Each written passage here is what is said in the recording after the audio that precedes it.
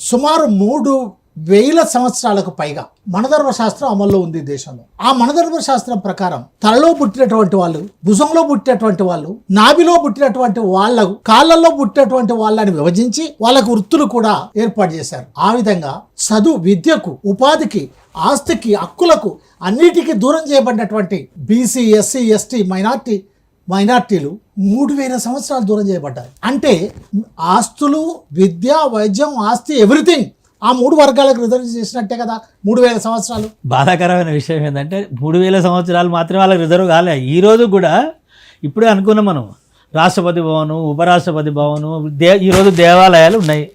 దేవాలయాలు, న్యాయ వ్యవస్థలు కూడా ఒక అగ్రహారాలు ఒక రకంగా. అన్ని కొన్ని కులాలకే ఈరోజు కూడా రిజర్వ్ అయి ఉన్నాయి. పనికి మాలిన గ్రామ పంచాయతీలో అటెండర్ ఉద్యోగాల కాడికి పోతే ఆ రిజర్వేషన్లు మీరు తింటున్నారు అని ఏడుస్తున్నటువంటి దురదృష్టమైనటువంటి పరిస్థితి ఈ దేశంలో ఉంది. కాబట్టి అగ్రవర్ణాల్లో ఉన్నటువంటి ప్రజాస్వామికవాదులు కూడా అర్థం చేసుకోవాల్సింది ఏంటంటే, ఈ దేశంలో ఉన్నటువంటి మెజారిటీ ప్రజలు బాగుపడకుండా, మెజారిటీ ప్రజలు ఈ భారత ప్రభుత్వంలో కానీ, అభివృద్ధిలో కానీ, ప్రజాస్వామ్యంలో కానీ, పాలనలో కానీ భాగం పంచుకోకుండా ఎట్లా అభివృద్ధి చెందుతారు? 4500 కులాలు ఈరోజు ఈ దేశంలో బలహీన వర్గాలు ఉన్నాయి. 4500 కులాలు, సుమారు 4300 కులాలు అసెంబ్లీ పార్లమెంట్ మెట్లే ఎక్కలేదు. ఒక్క డాక్టర్ కూడా లేడు 4300 కులాలు, ఒక్క లాయర్ కూడా లేడు ఆ కులాలు. ఇంతెందుకు, తెలంగాణ రాష్ట్రంలో 33 జిల్లాలలో ఒక 5 జిల్లాల్లో ఒక్క న్యాయవాది లేడు. యాదవ్ కులంలో ఒక 5 జిల్లాలో ఒక్కడు కూడా న్యాయవాది లేడు.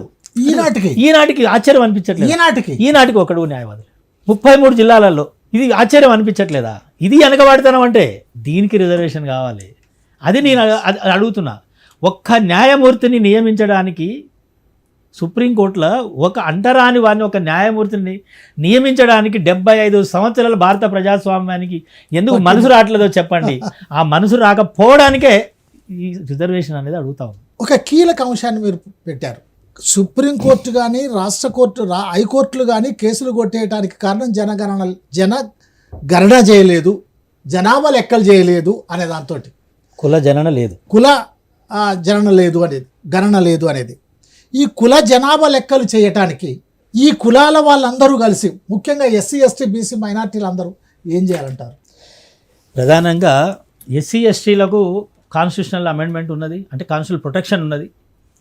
మైనార్టీలకు సంబంధించినంత వరకు వాళ్ళకు కూడా ఈరోజు 4% రిజర్వేషన్లు ఇచ్చినారు. కాబట్టి మైనార్టీలకైనా, ఓబీసీలకైనా, ప్రధానంగా ఈ కులాలలో ఉన్నట్టు చదువుకున్న వాళ్ళు ఎవరైతే ఉన్నారో, ఒక మనిషి శరీరంలో మెదడు ఎంత ఇంపార్టెంటో, బీసీ కులాలలో, ముస్లిం కులాలలో, ఎస్సీ, ఎస్టీ కులాలలో చదువుకున్న విద్యావంతులు ఆ కులాలకు అంతే ఇంపార్టెంట్. మనిషి శరీరంలో మెదడు ఎంత ఇంపార్టెంటో మళ్ళీ చెప్తున్నారు, ఆ కులాలలో చదువుకున్న విద్యావంతులు అంతే ఇంపార్టెంటు.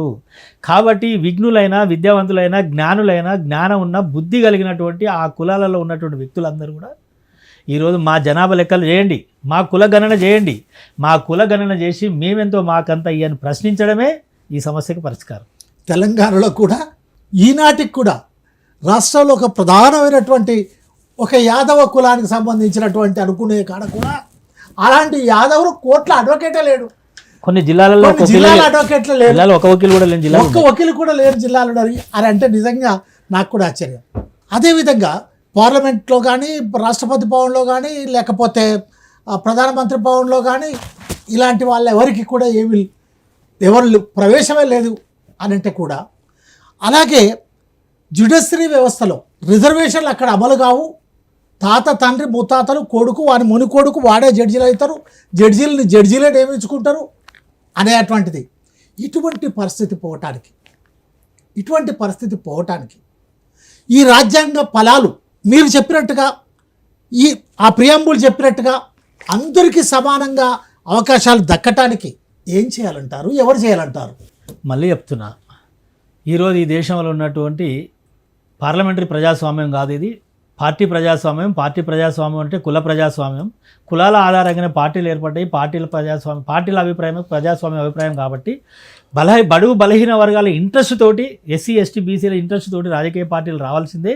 వాళ్ళు ఖచ్చితంగా వాళ్ళ అవసరాల మేరకు వాళ్ళు ఫైట్ చేసినప్పుడు మాత్రమే ఈ పరిష్కారం వస్తుంది తప్ప, అల్టిమేట్గా రాజ్యాధికారమే ఈ సమస్యలకు పరిష్కారం తెస్తుంది తప్ప, వేరే వాళ్ళ ఇంటికి పోయి, వేరే వాళ్ళ పార్టీకి పోయి నాకు న్యాయం చేయమంటే వాళ్ళేది చేస్తారు. వాళ్ళ కోసం వాళ్ళు పార్టీ పెట్టుకోరు, వాళ్ళ పార్టీలో వాళ్ళ కులం యొక్క ఇంట్రెస్ట్ వాళ్ళు కాపాడుకుంటారు తప్ప ఆడికి పోయి నువ్వు ప్రజాస్వామికంగా ఉండు మాకు హక్కులు కల్పించు అడక తింటే ఎప్పుడు కూడా అడుక్కుంటే అధికారం రాదు, గుంజుకోవాల్సిందని డాక్టర్ బిఆర్ అంబేద్కర్ చెప్పినట్టు రాజ్యాధికారం రావాలంటే పోరాడాల్సిందే, గుంజుకోవాల్సిందే.